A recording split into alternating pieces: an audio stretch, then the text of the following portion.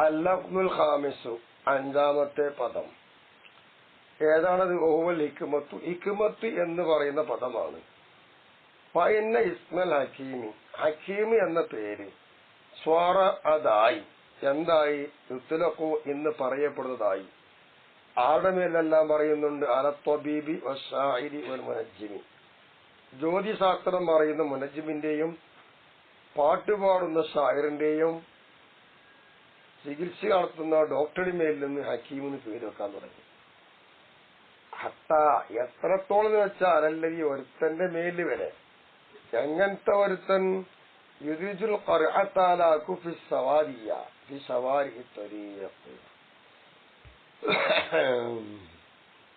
ഫി സവാരി തുറക്ക്, വഴികളിലുള്ള അങ്ങാടികളിൽ കറുത്ത കഫിന്റെ മേലില് ഖുർആത്ത് കടത്തിവിടുന്ന ആൾക്കാരുണ്ട്. അത് നമുക്ക് നോക്കി പറയാം, പിന്നെ ചിന്തിക്കേണ്ടതാണ്. തൊട്ടായി അടങ്ങാറ് അതിൽ അങ്ങാടി നടക്കുന്നൊരു പരിപാടിയാണത്. അപ്പൊ കറുത്തതായിരിക്കുന്ന കൈകൾ, ആ കൈകളെ മേലിലൊരു ഖുർആത്ത് നടത്തുന്നു. അതുവരെ ഉള്ള ആളെ മേലാണെങ്കിൽ അയാളെ മേലിലും കൂടി പറയും ഹക്കീമ്. അത്രത്തോളം ഹക്കീമിനെ ഉപയോഗിക്കാൻ തുടങ്ങി. വൽ ഹിക്മത്തു, എന്നാൽ ഹഖീഖത്തൻ നൽകി ഹിക്മത്ത് എന്താ? ഹിയ ഇല്ലത്തി, അതൊന്നാണ്.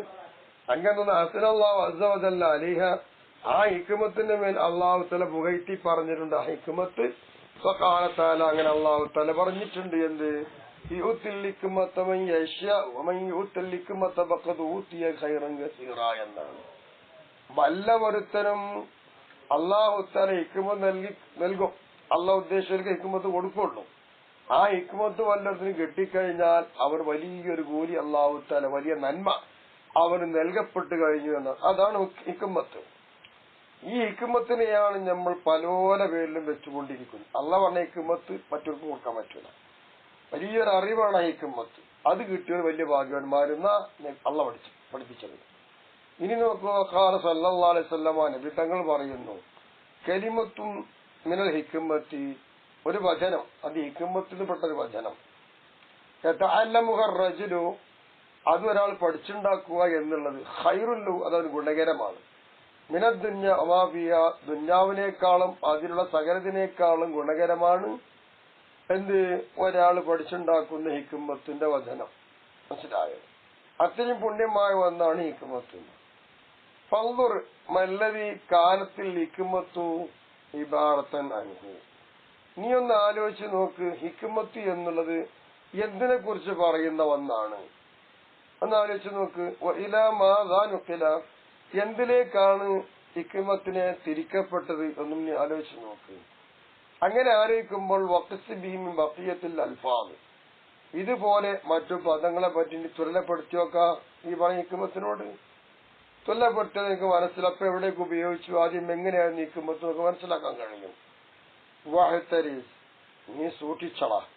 അതിൽ ഇഖ്തിറാരി, ചതിയിൽ അകപ്പെടലിനെ തൊട്ട്. എങ്ങനെ? ബി തൽബീസാത്തി ഉലമാഇ സൂ, ചീത്ത ഉലമാക്കളുടെ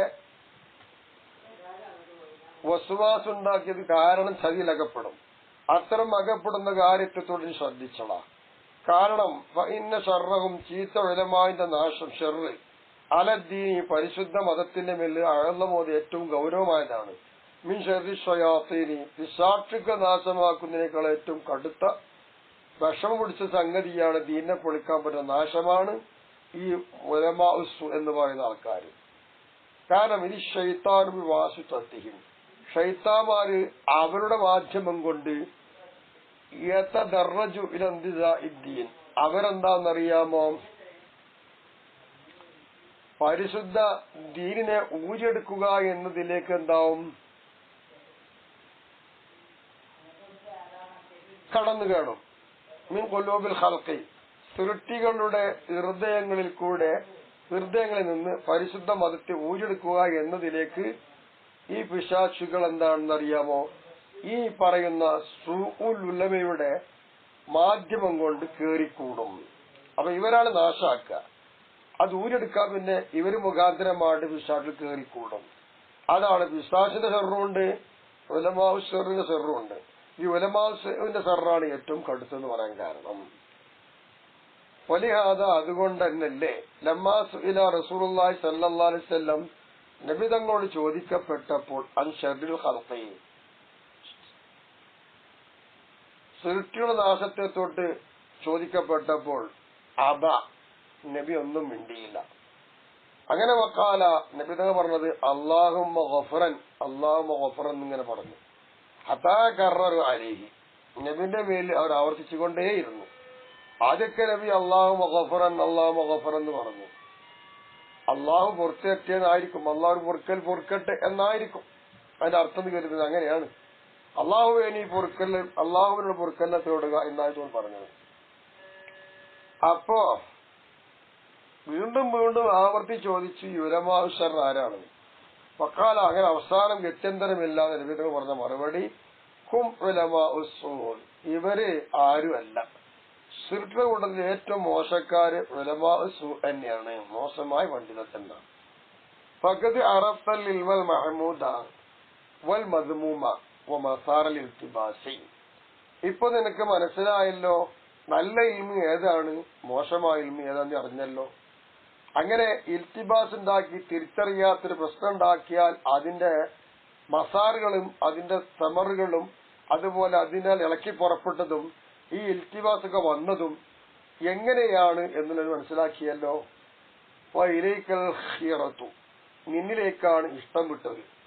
എന്ത് ഫീ അൻ തൻദുറ നഫ്സിക നിന്റെ സ്വന്തം നഫ്സിന്റെ ഗുണത്തിന് വേണ്ടി നീ ആലോചിക്കുന്ന കാര്യത്തിൽ ഫതഖ്തദിയ ബിസലഫി അങ്ങനെ പൂർവികന്മാരായ ആൾക്കാരോട് പിന്തുടരുക എന്ന കാര്യത്തിലോ അല്ലെങ്കിൽ ലൗ തതദല്ല അല്ലെങ്കിൽ നീ എന്താ ഇറങ്ങുക ബിഹബിൽ ഖുറൂരി വഞ്ചനയുടെയും ചതിയുടെയും കയറുകൊണ്ട് പിടിച്ചു തൂങ്ങുക. ഇപ്പോൾ ഇറങ്ങിക്കോ. വതതശബ്ബഹ ബിൽ ഖലഫ് എന്നിട്ട് പിന്നെന്താകാന്നറിയാമോ? അല്ല തതശബ്ബഹ ബിൽ ഖലഫ് പിന്തുടർന്ന പിന്നെ ഖലഫിനോട് നീ സാദൃശ്യമാകുക. അങ്ങനെ സാദൃശ്യമാകുക എന്നതിനെയോ ചതിയുടെ കയറും പിടിച്ച് കീഴ്പ്പെട്ടിറങ്ങുന്നതിനെയോ അല്ലെങ്കിൽ പൂർവികന്മാരായിരിക്കുന്ന ആളുകൾ അവരോട് എന്താവുക എന്നറിയാമോ? പിന്തുടരുകയോ നിന്റെ നഫ്സിന് ഗുണമായി നീ തെരഞ്ഞെടുക്കുക. എന്താ വേണ്ടത്? നിനക്ക് ഇഷ്ടം പോലെ ചെയ്യാം. നമ്മളിവിടെ പറഞ്ഞു കഴിഞ്ഞു. അപ്പൊ കുല്ലുമർത്തല്ലാഹു സലഹു മിനൽ ഉലൂമി അതിന്തറസ പൂർവികന്മാര് പൊരുത്തപ്പെട്ട വിജ്ഞാനകം ഇല്ലാതെയായി പോയി. അമ അക്കബന്നാസു അലേഹി ഇന്ന് ജനങ്ങൾ മുഖം കുത്തി വീഴുന്നതും അക്തറുഹു ആ മുഖം കുത്തി വീഴുന്ന വിജ്ഞാനത്തിൽ അധികവും മുബത്തദഉൻ പുതുതായി നിർമ്മിക്കപ്പെട്ടതും പുത്തനാശയവുമാണ്. അതാണ് ഇപ്പൊ ഇന്നത്തെ ഇൽമുള്ളത്. നല്ല ഇൽമുകളൊക്കെ പോയി എന്നർത്ഥം. വഖദ് സ്വഹ ഖൗലു റസൂലുള്ളാഹി സ്വല്ലല്ലാഹു അലൈഹി വസല്ലം എത്തരത്തിൽ നബി തങ്ങൾ പറഞ്ഞ വാക്ക് എത്ര ശരിയായി. ബദഅൽ ഇസ്ലാമു ഗരീബ വസയഊദു ഗരീബൻ കമാ ബദഅ ഫതൂബാ ലിൽ ഖുറബാ എന്ന ഇസ്ലാം വെളിപ്പെട്ടു വിദേശിയായിട്ട് ഇസ്ലാം വന്നതന്നെ ഇനി പോകുന്നതും ആരും സ്വീകരിക്കാനില്ലാത്ത ഘട്ടമായി ഇസ്ലാം അടങ്ങിപ്പോകും. കമാ ബദഅ തുടങ്ങിയതുപോലെ തന്നെ. ആ സമയത്ത് ഫതൂബാ ലിൽ ഖുറബാ ഖുറബാ ആരാണോ അവർക്കാണ് എല്ലാവരും സന്തോഷങ്ങളും മംഗളങ്ങളും എന്ന് റസൂൽ പറഞ്ഞിട്ടുണ്ട്. ഈ ഹദീസ് പറയുമ്പോൾ ഫഖീല ചോദിക്കപ്പെടുകയുണ്ടായി മനിൽ ഖുറബാ ആരാണ് ഖുറബാ എന്ന് ചോദിച്ചു. ഖാല നബി തങ്ങൾ പറഞ്ഞു അല്ലദീന യുസ്ലിഹൂന മാ അഫ്സദഹു നാസു മിൻ സുന്നത്തി എന്റെ ചരിത്രത്തിൽ നിന്ന് നാശമാക്കിയത് എന്തൊക്കെയാണോ ജനങ്ങൾ കുറെ നാശമാക്കി കളഞ്ഞു എന്റെ സുന്നത്തിനെ അതിനെ നന്നാക്കുന്നതായ പണ്ഡിതന്മാരും ജനങ്ങളുമാണ് ഖുറബാ. വല്ലദീന യുഹ്യൂന മാ അമാതുഹു മിൻ സുന്നത്തി എന്റെ സുന്നത്തിൽ നിന്ന് ഒരുപാട് നഷ്ടപ്പെടുത്തി കളഞ്ഞു, നശിപ്പിച്ചു കളഞ്ഞു, ഇല്ലാതെയാക്കി.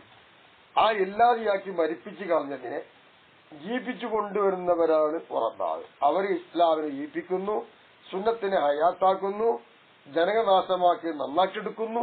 ഇവരാണ് ഖുറബാ. ആ ഘട്ടത്തിൽ ഖുറബായിനാണ് സുഖം, ഖുറബായിനാണ് സന്തോഷം എന്ന്. ഒബി ഖബറിൻ ആഖറ എന്നാൽ മറ്റൊരു ഹദീസിൽ പറഞ്ഞത് ഹുമുൽ മുതമസ്സിഖൂന ബിമാ അൻതും അലൈഹി അൽയൗം സ്വഹാബത്തെ ഇന്ന് നിങ്ങൾ എന്തിന്റെ മേലാണോ നിലകൊള്ളുന്നത് അതേപടി സ്വീകരിച്ചു പോരുന്ന ആളുകളാണ്. അതാണ് യഥാർത്ഥ അവിശ്വസികൾ. അവരാണ് ഖുറബാ എന്ന് പറയുന്നത്. നബി ഹദീസിന്റെ ആഖറ മറ്റൊരു ഹദീസിൽ അൽ ഖുറബാ ഖുറബാ എന്ന് പറഞ്ഞാൽ നാസും കാര്യം വളരെ കുറച്ചുള്ള ആൾക്കാരാണ്, തോരണ്ടാവില്ല. സ്വാലിഹൂന ബൈനൻ നാസ് ജനങ്ങൾക്കിടയിൽ അവർ നല്ലവരായി ജീവിക്കുന്നവരാണ്. കസീർ അധിക ജനങ്ങൾക്കിടയിൽ നല്ലവരായി ജീവിക്കുന്ന കുറച്ച് പേരാണ് ഉറബാഗ്. അവർ ഇസ്ലാമിന്റെ ചിട്ടയിലും മറ്റേലും ജീവിക്കും. അപ്പൊ കുറച്ചേ ഉണ്ടാവുള്ളൂ. മൻ യുബിഉഹും ഫീ ഖൽഖി അക്സറു മിമ്മൻ യുഹിബ്ബുഹും. ഇവരെ ഇഷ്ടപ്പെടുന്ന ജനങ്ങളുണ്ട്, വെറുക്കുന്നവരുമുണ്ട്. എന്നാൽ ഇഷ്ടപ്പെടുന്ന ജനങ്ങളെക്കാൾ അധികവും സൃഷ്ടികളിൽ ഇത്തരം നല്ല ആളുകളോട് കോപിക്കുന്നവരായിരിക്കും. കാരണം ഇന്നത്തെ പരിഷ്കൃത ലോകത്ത് അത്തരം നല്ല ആൾക്കാരെ കണ്ടുകൂടല്ലോ. പല കളിയാക്കാനും പരിഹസിക്കാനും ആൾക്കാരുണ്ടാവുള്ളൂ. അതാ ലോകത്തിന്റെ ആവശ്യം. അത് കൂടുതലായിരിക്കും. പിന്നെ ഇവർ അംഗീകരിക്കുന്ന ആൾക്കാരുടെ വളരെ കുറവായിരിക്കും. ചെറിയ വാട്ടിയായിരിക്കും അവരൊക്കെ അർത്ഥം. വകൽ സ്വാറത്ത ദിൽക്കൽ ഉലൂം. ആ ഇൽമുകളൊക്കെ വരീബത്തൻ, അതൊക്കെ വിദേശികളായി ഒറ്റപ്പെട്ടു പോവുകയാണ്. ബിഹൈസു യംഖുതു ദാകിറഹ. എത്രത്തോളം വെച്ചാൽ ബിഹൈസു യുംഖതു ദാകിറഹ. അത്തരം ഇൽമുകളെ പറയുന്ന ആൾക്കാരുടെ ദേഷ്യമാണ്. ആ നിലയിൽ ഇൽമു ഒറ്റപ്പെട്ട് കിടക്കുകയാണ് വിദേശിയായിട്ട്. വലുതാലിക്ക് അതുകൊണ്ട് തന്നെ ഖാല സൗരി റഹ്മഹുല്ല, സൗരി തങ്ങൾ പറയുന്നു, ഇദാ റഅയ്തൽ ആലിമ, നീ ഒരു പണ്ഡിതനെ കണ്ടു. എങ്ങനെ? കസീറുൽ അസ്ദിഖാ, നല്ല കൂട്ടുകാർ, ഒരുപാട് അനേകം കൂട്ടുകാരുടെ ഒരു പണ്ഡിതൻ നീ കണ്ടാൽ, ഫഅലം, നീ അപ്പോൾ മനസ്സിലാക്കിക്കുവാനോ നിശ്ചയമായിട്ടും ആ പണ്ഡിതൻ മുഖല്ലിത്തുൻ അല്ലെ മുഖലിത്തുൻ, അയാൾ മുഖലിത്താണ് എന്ന് പറഞ്ഞാൽ സത്യവും എല്ലാം കൂട്ടിക്കലർത്തിക്കൊണ്ട് പോകുന്ന ആളാണ്. അയാൾ ജനങ്ങളിലുള്ളവരാണ്. അപ്പൊ അയാള് ഒരുപാട് കൂട്ടുകാരൊക്കെ ഉണ്ടെങ്കിലും അയാൾ കുറെ മുഖലിത്തായിട്ടുണ്ട്. സത്യം മറച്ചു വെച്ച് കുറെ ജനങ്ങൾ യോജിച്ചത് പറയുന്ന ആളായിരിക്കാം. എന്തുകൊണ്ട്? അന്നവോ ഈ നത്തകബിൽ അക്കൈ, യഥാർത്ഥം കൊണ്ട് അയാൾ മൊഴിഞ്ഞു പോയാൽ അബഗലുഹു, അവരെല്ലാവരും അദ്ദേഹത്തെ ദേഷ്യം വെക്കും. അങ്ങനെ പറയുന്നുണ്ടല്ലോ, സത്യം എന്ന് പറയാൻ പറ്റൂല. സത്യം പറഞ്ഞു കഴിഞ്ഞാൽ നമുക്ക് കിട്ടുന്ന ആനുകൂല്യം ബാല്യെന്ന് കിട്ടൂല, കമ്മിറ്റിക്കാർ ഇഷ്ടപ്പെടൂല, എല്ലാവരും വെറുപ്പും കാണേണ്ടി വരും, ബുദ്ധിമുട്ടാകുമല്ലോ. അപ്പൊ സത്യം ഒന്നും പറയണ്ട, ഇന്നിപ്പോ ഇങ്ങനെയൊക്കെ കഴിയുള്ളൂ. അപ്പൊ എല്ലാവരും ഇഷ്ടം പിടിച്ചു പറ്റണം, കൂട്ടുകാർ അധികം വേണം. അപ്പോൾ കൊത്തമാതി ഇങ്ങനെ പറഞ്ഞു പോകാം. അങ്ങനെ പോയാ ഇഷ്ടം, സത്യം പറഞ്ഞാൽ ദേഷ്യപ്പെടുകയും ചെയ്യും. അനുഭവമാണല്ലോ എല്ലാവർക്കും. ഒന്നും അങ്ങനെ ഉണ്ടല്ലോ, സത്യക്കാരൊക്കെ ഒറ്റപ്പെടുന്ന ഒരു കാലഘട്ടമായി മാറി. പക്ഷെ അവർക്കാണ് റസൂലുള്ള പറഞ്ഞ തൂബയുള്ളത്, ഈ ഉറബാവിൽ. ആ ഉറബാവിൽ പെടാൻ നമ്മൾ നോക്കണം. ദുന്യാവിന്റെ ഹാല് കണ്ട്, ദുന്യാവിന്റെ സുഖം കണ്ട് ആഖിറം മറക്കുന്നതോ നമ്മുടെ ഇൽമ് ദുന്യാവിന് വേണ്ടി വിറ്റ് കാസാക്കുന്നതോ ശരിയല്ല എന്ന് ഓർത്തുകയാണ്.